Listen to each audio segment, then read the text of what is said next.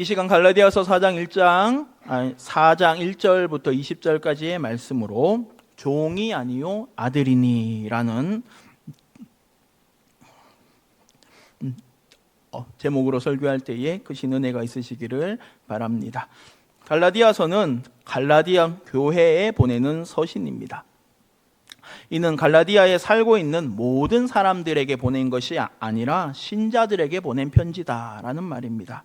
사실 성경의 많은 부분이 이렇습니다. 이방인에게, 아예 믿음이 없는 자에게 하는 메시지보다는 이미 하나님을 알고 예수님을 믿는 자에게 한 번 더 말씀하시는 내용들이 많이 있습니다. 우리가 다 알고 있다시피 요한계시록의 처음 부분은 아시아에 있는 7 교회들을 향한 말씀입니다. 한 교회를 향하여 말씀하실 때마다 성령이 교회들에게 하시는 말씀을 들을지어다고 합니다. 불신자들에게 하시는 말씀이 아닙니다. 이것은 믿을까 말까 한창 어떻게 해야 되나 하는 사람들에게 하는 말씀이 아닙니다. 이미 예수 그리스도를 향한 믿음을 가진 사람들에게 말씀하고 있습니다. 이 교회를 향하여 성령님께서 애타게 외치시고 있습니다. 귀 있는 자는 들을지어다 하고 말씀하십니다. 이 말씀을 읽으면서 혹 이렇게 생각하실지 모르겠습니다. 우리 안에 가라지가 섞여 있으니까 가라지한테 하시는 말씀인가 보구나. 아닙니다. 이들에게 하는 말씀이 아닙니다. 우리가 매일 밥을 먹어야 사는 것처럼 신자는 날마다 이 은혜로 새로워져야 합니다. 날마다 예수 그리스도의 십자가 앞으로 나아가야 합니다. 내 평생에 한번 예수를 만난 것으로 만족하고 살아가는 것이 아니라 우리가 목이 말라서 갈증이 나면 또 물을 마시는 것처럼 날마다 생명수의 샘물을 마셔야 하고 이 물은 곧 예수님이십니다. 바울은 갈라디아 교회를 향하여 말씀하고 있는데 우리가 어떻게 구원을 얻었는가에 대해서 말합니다. 진짜 복음은 이것이다 라고 계속하여 강조합니다.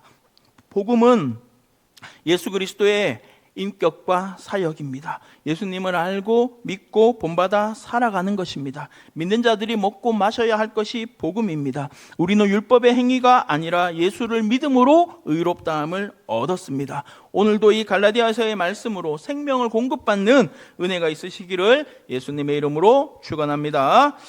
우리 먼저 살펴볼 부분은 1절에서 7절까지 종이 아니요 아들이니 라는 부분입니다. 우리 1절부터 7절 말씀 한 번 더 읽도록 하겠습니다. 시작. 내가 또 말하노니 유업을 이을 자가 모든 것에 동안에는 종과 다름이 없어서 그 아버지가 정한 때까지 후견인과 청지기 아래에 있나니 이와 같이 우리도 어렸을 때에 이 세상의 초등학문 아래에 있어서 종노릇하였더니 내가 참에 하나님이 그 아들을 보내사 여자에게서 나게 하시고 율법 아래에 나게 하신 것은 율법 아래에 있는 자들을 속량하시고 우리로 아들의 명분을 얻게 하려 하심이라. 너희가 아들임으로 하나님이 그 아들의 영을 우리 마음 가운데 보내사 아빠 아버지라 부르게 하셨느니라.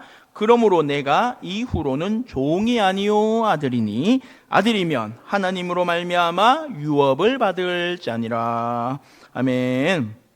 이 갈라디아서 4장을 시작하면서 바울은 3장에서 이어지는 내용을 한 번 더 설명하고 있습니다. 율법은 우리로 죄를 알게 하고 예수님이 왜 필요한지를 알게 하는 초등 교사이므로 예수를 믿음으로 의롭다함을 얻은 우리는 더 이상 초등 교사인 율법 아래에 있지 않습니다. 우리는 모두 예수 그리스도로 옷 입었습니다.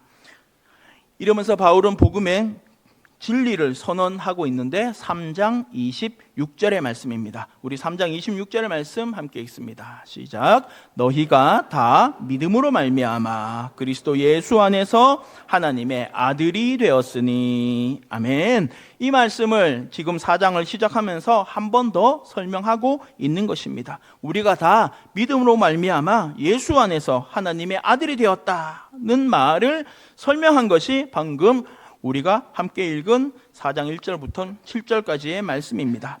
이 본문에서는 3장에 나온 초등교사의 그 비유를 이어서 후견인과 청지기를 들어서 율법과 복음의 관계를 설명하고 있습니다.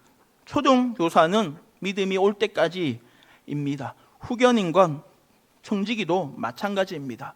유산을 물려받을 자식이 있는데 아직 어립니다. 어려서 후견인과 청지기 아래에 있습니다. 하지만 언젠가 그때가 이르면 유산을 다 물려받을 것입니다.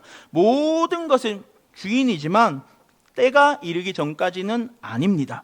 이와 같이 예수를 믿은 우리도 이 세상의 초등학문 아래에서 종노릇하였습니다. 이 세상의 초등학문이 후견인과 청지기 역할을 한 것입니다. 자, 여기에서 세상의 초등학문이라는 말이 좀 어렵게 느껴집니다. 이것은 초등학교에서 배우는 국어, 영어, 수학을 말하는 것이 아닙니다. 여기서의 세상은 말 그대로 우주, 세상을 말하고 초등학문은 한 단어로서 원소, 원리를 말하는 것입니다. 이것을 합치면 세상의 원리라는 말입니다. 우리가 살아가고 있는 이 세상의 원리는 무엇입니까? 주는 대로 받는 것이고 행한 대로 갚는 것입니다. 이것이야말로 우리 모두가 갖고 있는 생각 아닙니까? 열심히 일하면 잘 살 것입니다. 게으름을 피우면 가난할 것입니다. 세상의 원리란 이러한 인과론을 말합니다. 지금도 복음을 알지 못하는 곳에는 이러한 세상의 원리가 사람들을 지배하고 있습니다. 어떤 사람이 천국에 가겠습니까? 라고 하면 많은 사람이 착하게 산 사람이요 라고 말합니다.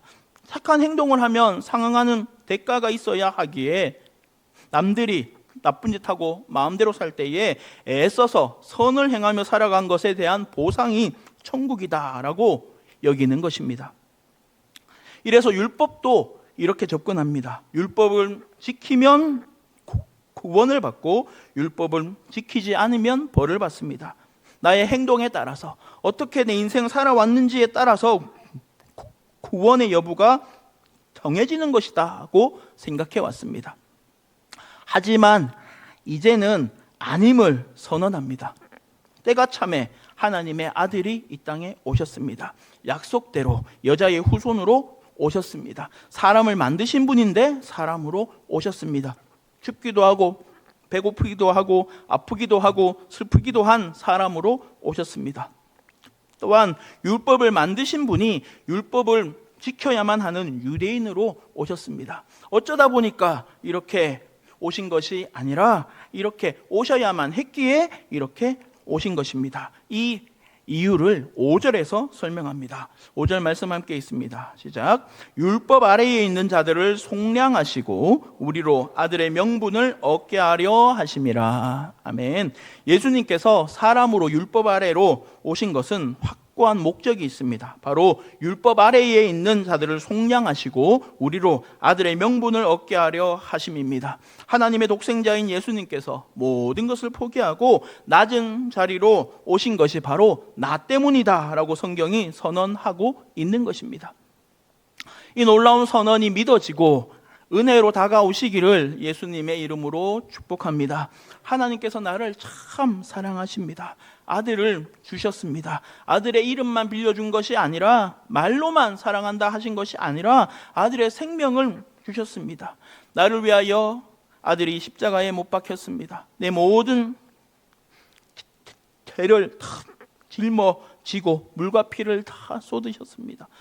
값비싼 향유를 아낌없이 쏟아부은 것처럼 그 소중한 보배 피를 나를 위하여 한 방울도 남김없이 다 흘리셨습니다. 우리가 날마다 마셔야 할 생명수는 바로 예수님이십니다. 오늘도 날마다 솟아나는 예수 그리스도의 그 사랑이 나를 적시고 나를 새롭게 하는 은혜가 있으시기를 예수님의 이름으로 축원합니다. 자, 이래하여 우리가 아들의 명분을 얻었습니다. 더 쉽게 말하면 아들의 명분을 얻었다는 말을 더 쉽게 말하면 우리는 하나님께 입양되었습니다. 우리는 하나님의 자녀가 아니었지만 예수 그리스도의 보혈로 하나님의 자녀가 되었습니다. 성경은 그 증거를 6절 말씀으로 보여주고 있습니다. 6절 말씀 함께 있습니다. 시작. 너희가 아들이므로 하나님이 그 아들의 영을 우리 마음 가운데 보내사 아빠 아버지라 부르게 하셨느니라. 아멘. 우리가 하나님의 아들인 증거가 무엇이냐고 성경이 말씀하시는고 하니, 우리가 하나님을 부를 때 아빠 아버지 하고 부를 수 있다는 것이 그 증거다라고 성경은 말씀합니다. 우리가 하나님을 아빠 아버지라고 부를 수 있는 것은 그 아들의 영, 즉 성령이 역사하여 이렇게 부를 수 있는 것이다 라고 말씀합니다. 하나님을 아빠라고 부르는 것이 우리가 생각하기에는 아무것도 아닌 것 같지만 사실은 성령의 도움이 없이는 불가능한 일입니다. 지금 다시 한 번 더 소리내어 고백해 보시기를 원합니다. 함께 말합시다. 아빠 하나님, 하나님 아버지. 할렐루야. 지금 이 말이 나오는 것은 내 힘으로 된 것이 아니라 성령의 도우심으로 된 것임이 믿어지는 은혜가 있으시기를 원합니다. 아빠 아버지, 아빠 아버지. 이 표현은 우리 주 예수님께서 겟세마네 동산에서 하나님께 간절히 부르짖을 때 쓰신 단어입니다. 예수님께서 쓰셨던 그 표현을 우리가 쓸 수 있는 것은 내가 하나님께 입양되었기 때문입니다. 하나님께서 우리의 아버지가 되셨고 아빠가 되셨기 때문입니다. 이렇게 우리가 하나님의 자녀가 되었기에 우리는 아까 3절에서 살펴본 세상의 초등학문, 세상의 원리를 뛰어넘습니다. 사람과 사람 사이에는 세상의 원리가 패배할지 몰라도 부모와 자녀 사이에는 아닙니다. 2020년에 태어나서 이제 만 4살이 된 제 아들은 이제까지 많은 살림살이를 망가뜨렸습니다. 지금 언뜻 생각나는 것만 하여도 엄마 안경 2개, 아빠 안경 2개, 핸드폰 충전하는 선은 10여 개, 이어폰, 선풍기 1개, 로봇 장난감은 팔다리 없는 것 수두룩하고, 자동차 장난감은 바퀴가 없는 것 수두룩하고, 아무튼 뭘 사든지 간에 자기 손에 들어가기만 하면 며칠이 못 가서 다 망가집니다. 지금 저희 방에서 쓰고 있는 선풍기는 어디를 어떻게 만졌는지 각도가 자기 마음대로 이렇게 세워집니다. 자, 이렇게 많은 것을 망가뜨렸으니 제가 어떻게 했겠습니까? 지금은 어려서 어쩔 수 없이 내가 꼼꼼히 다 써놨다가 나중에 어른 되어서 돈 벌기 시작하면 내가 이자까지 붙여서 다 받아야지 하겠습니까? 아버지와 아들 사이에는 세상의 원리가 통하지 않습니다. 아들은 아들이기 때문에 용서됩니다. 이렇게 생각을 해보겠습니다. 오늘 제가 수요 예배를 마치고 집에 갔더니 제 아들이 무릎을 탁 꿇고 앉아 있습니다. 걸으더니 입을 열어서 말합니다. 아버지, 제가 아버지께 범죄하였습니다. 냉장고 문 열어서 타고 놀다가 문짝을 망가뜨렸습니다. 이것은 제 힘으로 수습이 안 되니 이제는 저를 아들이 아니라 종의 하나로 보옵소서. 만약 이렇게 한다면 뭐라고 하시겠습니까? 오냐 내 이놈, 드디어 정신을 차렸구나. 생각 잘했다. 내 놈이 친 사고로 입힌 손해를 내가 다 갚을 때까지 앞으로 청소, 빨래, 설거지는 네가 다 하도록 하여라 하시겠습니까? 아니잖아요. 세상에 이런 부모가 있겠습니까? 우리는 하나님의 자녀로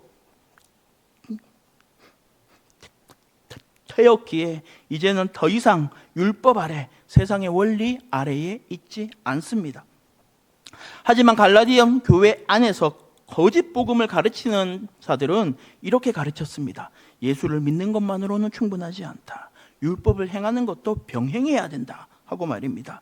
이는 그들로 하여금 하나님의 자녀라는 사실을 잊어버리게 하고 여전히 율법의 종으로 살게 하려는 것이었습니다.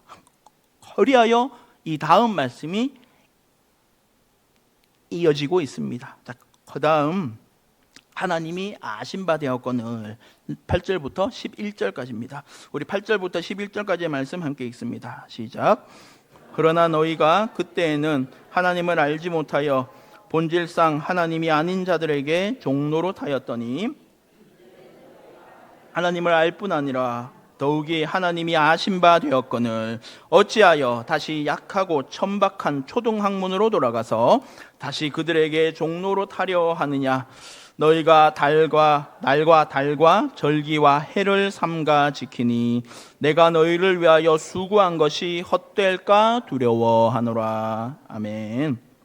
8절에 나오는 그때는 신자가 되기 이전을 말합니다. 하나님을 알지 못하였으니 자연히 하나님 아닌 것들, 세상의 신들에겐 종노릇하면서 살았습니다. 하지만 이제는 바뀌었죠. 이제는 하나님을 알 뿐만 아니라 하나님께서 우리를 아신 바 되었다고 성경이 말씀합니다.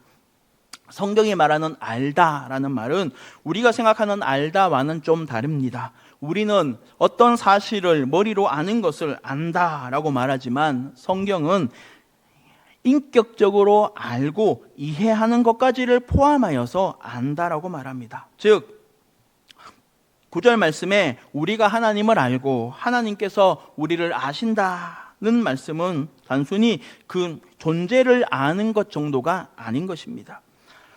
우리가 하나님을 안다는 것은 하나님의 존재를 인정하는 그 정도가 아닙니다. 맞아. 이 세상은 반드시 창조주가 있을 거야. 그분을 하나님이라고 부르자. 이 정도가 하나님을 아는 것이 아닙니다. 하나님을 아는 것은 하나님이 어떤 분이신지, 나를 위하여 어떤 일을 하셨는지를 아는 것입니다. 하나님이 나를 아신 바 되었다는 것도 이와 마찬가지입니다. 하나님께서 나라는 존재를 알고 계신다는 그 정도가 아닙니다. 하나님께서 지금 내가 어떤 사람인지 아는 것입니다. 또 나에게 특별한 관심을 가지시는 것입니다. 그런데 그렇게 하시는 이유가 나에게 있지 않습니다. 내가 남보다 더 선을 많이 행하거나 더 우월한 능력이 있어서가 아닙니다. 내가 하나님을 아는 것도 또 하나님께서 나를 아시는 것도 이유가 나에게 있는 것이 아닙니다. 순전히 하나님의 호의입니다. 하나님께서 나를 만나시기로 작정하셨습니다. 하나님께서 나를 사랑하시기로 마음을 먹으셨습니다. 이 세상을 만들기 이전부터 말입니다. 이것을 우리는 복음이요 은혜라고 합니다. 우리는 하나님이 아신 바 된 사람입니다. 우리는 하나님의 자녀입니다. 어떻게 우리는 이러한 신분을 얻었습니까? 내가 잘해서입니까? 하나님께서는 율법이라는 자격 시험을 우리에게 제시하신 다음에 우수한 성적으로 통과하는 사람을 만나시는 분이 아닙니다. 착한 일을 많이 행하면 천국에 간다는 세상의 원리를 뛰어넘는 놀라운 사랑, 세상의 원리로는 도저히 설명할 수 없는 그 사랑으로 우리는 하나님의 자녀가 되었음을 믿습니다. 우리가 의롭다함을 얻는 것에 있어서, 내가 구원을 받는 것에 있어서 나의 공로는 하나도 없고 오직 하나님께서 다 하신 것입니다. 내가 하나님의 자녀가 된 것은 내가 하나님 마음에 쏙 들어서가 아닙니다. 내가 착한 일 해서가 아닙니다. 내가 좋은 혈통을 타고나서가 아닙니다. 나에게 어떤 이유가 없습니다. 구원은 세상의 원리를 따르지 않습니다. 그럼에도 불구하고 예수 그리스도의 보혈로 의롭다 하심을 얻은 후에 다시금 약하고 천박한 초등학문으로 돌아가려는 가르침이 있었고, 이 가르침이 갈라디아 교회 안에서 힘을 얻었습니다. 바울은 이것을 강력하게 배척합니다. 다시 종로로 타는 것이다 라고까지 말합니다. 이들이 천박한 초등학문으로 돌아가려는 움직임이 무엇이었는고 하니 10절의 말씀입니다. 우리 10절의 말씀 함께 있습니다. 시작. 너희가 날과 달과 절기와, 아멘, 날과 달과 절기와 해를 지킨다는 말은 유대인들의 전통을 따른다는 말입니다. 갈라디아 지역은 지금의 튀르키예입니다. 이러므로 당연히 유대인들보다는 이방인들이 훨씬 많이 살았을 것이고 갈라디아 교회 안에도 이방인들이 많았을 것입니다. 그런데 잘못된 가르침을 전하는 사람들은 뭐라고 얘기하냐면 예수를 믿는 믿음만으로는 충분하지 않다. 유대인들이 하는 그 율법의 행위가 있어야 한다고 가르쳤습니다. 이 가르침은 잘못된 가르침이었고 거짓된 복음이었습니다. 이방인이라고 하더라도 예수를 믿으면 유대인처럼 할례를 받아야 된다고 합니다. 율법을 지켜야 된다고 합니다. 유대인의 풍습을 따라서 날과 달과 절기와 해를 지켜야 한다고 하면서 이방인을 유대인처럼 만들려고 했습니다. 율법에 있는 유대인들이 지켜야 하는 절기들까지 다 지켜야지 온전한 신자가 된다라고 한다는 이것은 잘못된 것입니다. 자, 이래서 바울이 11절을 말합니다. 11절 함께 있습니다. 시작. 내가 너희를 위하여 수고하는 것이 헛될까 두려워하노라. 아멘. 바울이 선포한 복음, 사람에게 받은 것이 아니라 예수님께 받았던 그 복음, 그 참된 진짜 복음을 전하기 위하여 땀 흘리고 애쓴 것이 헛될까 하여서 지금 이렇게 이토록 애타게 말하고 있습니다. 갈라디아서의 어조가 강력한 이유가 이것입니다. 복음은 지켜져야 합니다. 우리나라도 이제 많이 국제화가 되었습니다. 제가 어릴 때에는 외국 사람은 책에서나 봤지 실제로 만나기는 힘들었습니다만 이제는 길거리에서 백인도 만나고 흑인도 만납니다. 이렇게 생각해 보겠습니다. 외국인인데 한국이 너무 좋아서 우리나라 국적을 얻으려고 열심히 공부하여서 국적을 땄습니다. 그런데 어떤 사람이 이렇게 말합니다. 아니야, 국적만 딴다고 한국 사람이 아니야. 날마다 김치를 먹어야 돼. 김치 볶음밥을 만들고 김치 찌개 놓고 또 반찬으로 두고 김치를 놓고 이렇게 먹어야 한국 사람이지 아니면 한국 사람 아니야 라고 한다면 어떻겠습니까? 아니, 한국말을 잘하고 맨날 김치를 먹어도 국적이 미국이면 미국 사람이고 밥보다 빵을 더 잘 먹는다고 해도 국적이 한국이면 한국 사람인 것 아니겠습니까? 이 비유가 약간 어색할 수 있겠습니다만 우리가 하나님의 자녀가 되는 것은 예수 그리스도를 믿음으로써만 됩니다. 이거 하나면 충분합니다. 다른 것은 없습니다. 예수를 믿는다고 해서 유대인처럼 살 필요도 없고 그렇게 살아서도 안 됩니다. 왜냐하면 십자가의 능력에는 한계가 없기 때문입니다. 갈라디아서가 계속하여 말씀하고 있는 것은 이것입니다. 우리가 얻은 이 구원 대체 어떻게 얻은 것인지 잊지 말라는 것입니다. 은혜로 얻은 것입니다. 값 없이 얻은 것입니다. 이러므로 우리 안에 도사리고 있는 율법주의를 배격합시다. 나의 의를 쌓아가고 하나님과 사람 앞에서 자랑하는 일을 멀리합시다. 내가 하나님을 위하여 한 일들을 자랑하지 말고 하나님께서 나를 위하여 하신 일들을 자랑할 수 있는 우리들이 될 수 있기를 예수님의 이름으로 축원합니다. 자, 마지막 세 번째입니다. 너희도 나와 같이 되기를. 우리 12절부터 20절 말씀 함께 읽겠습니다. 시작. 형제들아, 내가 너희와 같이 되었은즉 너희도 나와 같이 되기를 구하노라. 너희가 내게 해롭게 하지 아니하였느니라. 내가 너희에게 복음을 전한 것을 너희가 아는 바라. 너희를 시험하는 것이 내 육체에 있으되 이것을 너희가 업신여기지도 아니하며 버리지도 아니하고 오직 나를 하나님의 천사와 같이 또는 그리스도 예수와 같이 영접하였도다. 너희의 복이 지금 어디 있느냐? 내가 너희에게 증언하노니 너희가 할 수만 있었더라면 너희의 눈이라도 빼서 나에게 주었으리라. 그런즉 내가 너희에게 참된 말을 함으로 원수가 되었느냐? 그들이 너희에게 대하여 열심 내는 것은 좋은 뜻이 아니오 오직 너희를 이간시켜 너희로 그들에게 대하여 열심을 내게 하려 함이라. 좋은 일에 대하여 열심으로 사모함을 받음은 내가 너희를 대하였을 때뿐 아니라 언제든지 좋으니라. 나의 자녀들아, 너희 속에 그리스도의 형상을 이루기까지 다시 너희를 위하여 해산하는 수고를 하노니 내가 이제라도 너희와 함께 있어 내 언성을 높이려 함은 너희에 대하여 의혹이 있음이라. 아멘. 이어서 바울은 갈라디아 교회를 향하여 권면하고 있습니다. 내가 너희와 같이 되었으니 너희도 나와 같이 되기를 원한다고 합니다. 중요한 것은 나처럼 하라가 아니라 나처럼 되어라 라고 말합니다.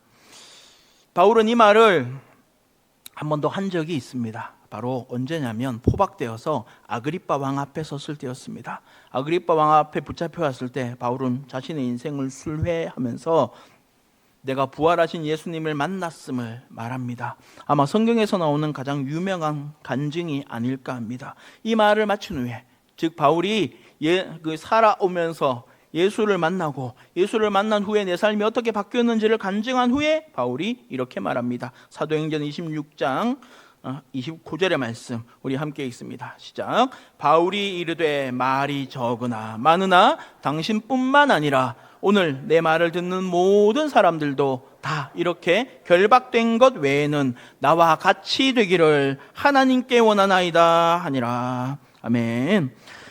이 말은 죄수가 재판장에게 지금 하는 말입니다. 왕에게 하는 말입니다. 왕은 말 한마디로 자신을 죽일 수도 있는 사람입니다. 바울은 온몸에 밧줄이 꽁꽁 묶여 있지만 왕은 값비싼 옷을 입고 편안하게 앉아 있습니다. 하지만 바울은 이렇게 말합니다. 왕이시여, 왕뿐만 아니라 여기에서 지금 내 말을 듣고 있는 모든 사람이 다 내가 이렇게 꽁꽁 묶인 것 말고는 다 나와 같이 되기를 내가 하나님께 원합니다 라고 합니다. 이 말은 부활하신 예수님을 다 만나기를 원합니다 라는 말과 같습니다. 바울은 누가 뭐라 해도 부활하신 예수를 만난 것입니다. 이래하여 바울의 인생이 바뀌었습니다. 바울은 예수를 만난 것을 후회하지 않습니다. 하나님께서 바울의 그 마음 중심을 아심으로 담대하게 외칩니다. 모두 다 나와 같이 되기를 하나님께 원하나이다. 이것과 똑같은 고백이 갈라디아 교회를 향하여 선포됩니다. 너희도 나와 같이 되기를 원한다. 이 말씀은 곧 우리를 향한 하나님의 말씀임을 믿습니다. 우리도 다 바울처럼 될 수 있기를 원합니다.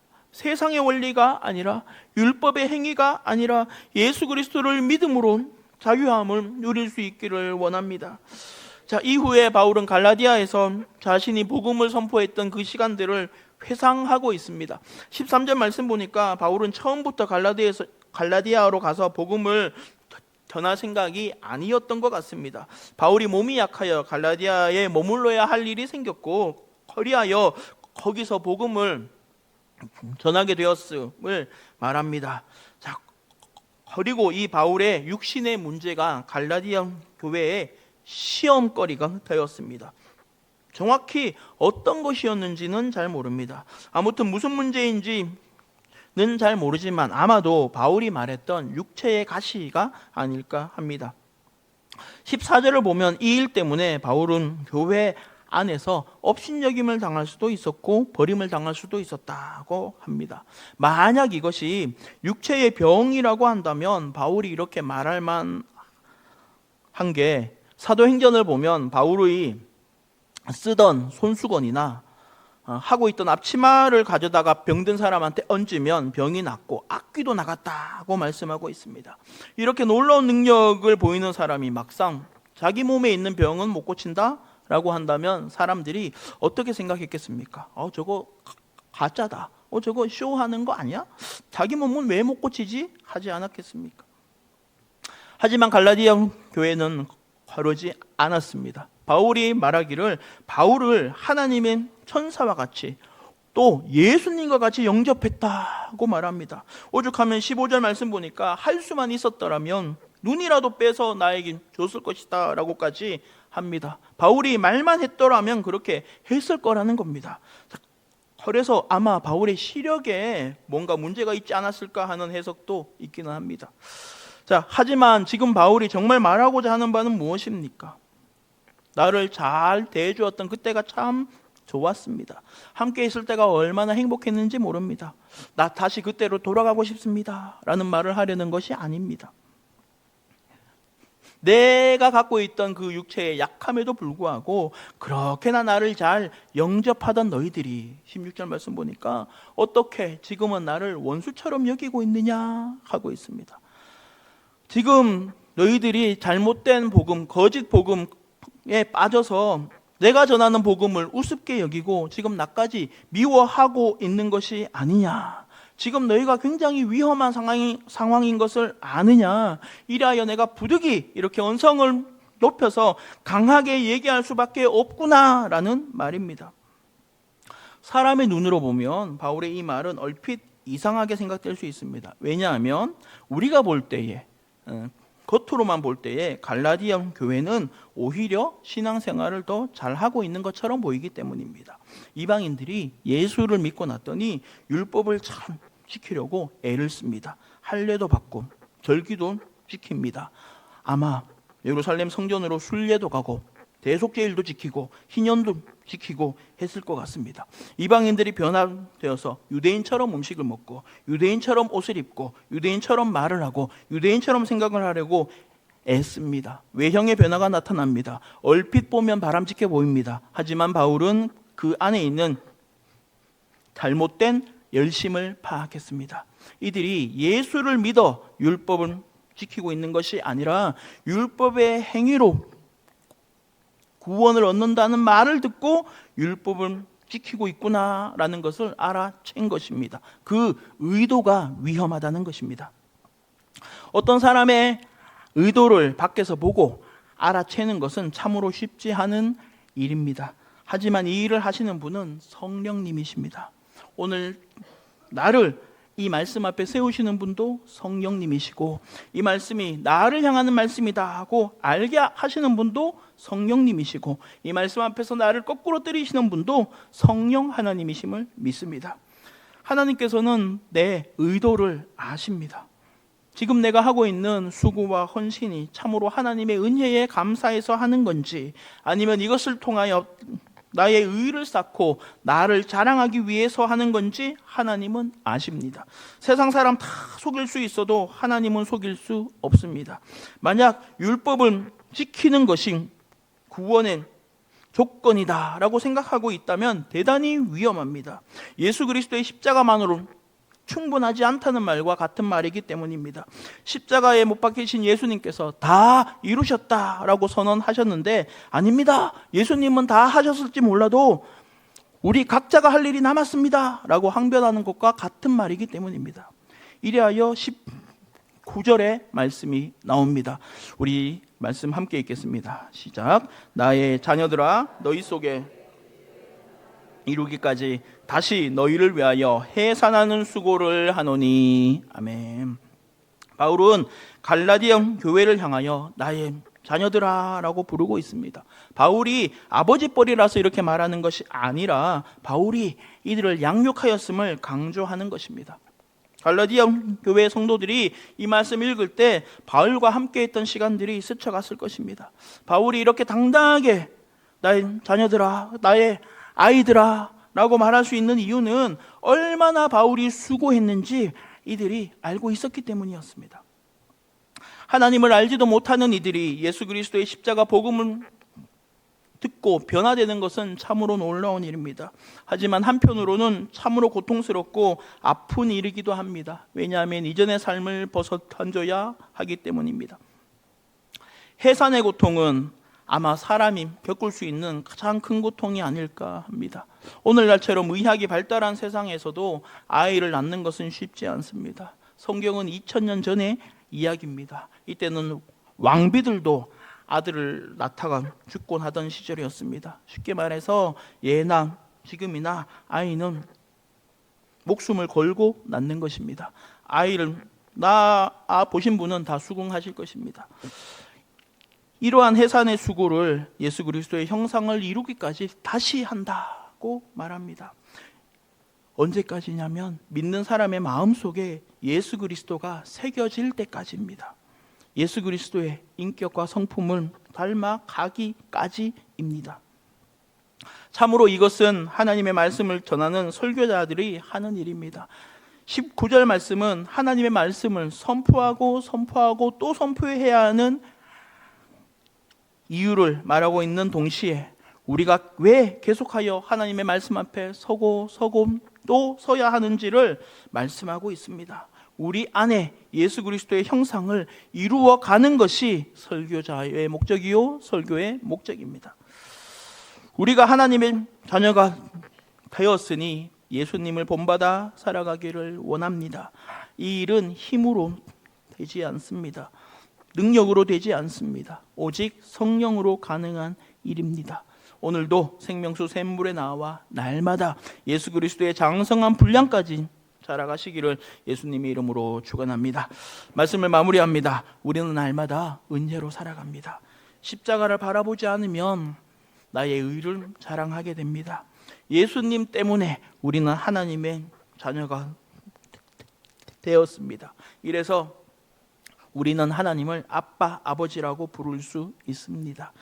이제 우리는 율법의 저주에서 해방되었습니다. 우리는 율법 아래가 아니라 보혈 아래에 있습니다.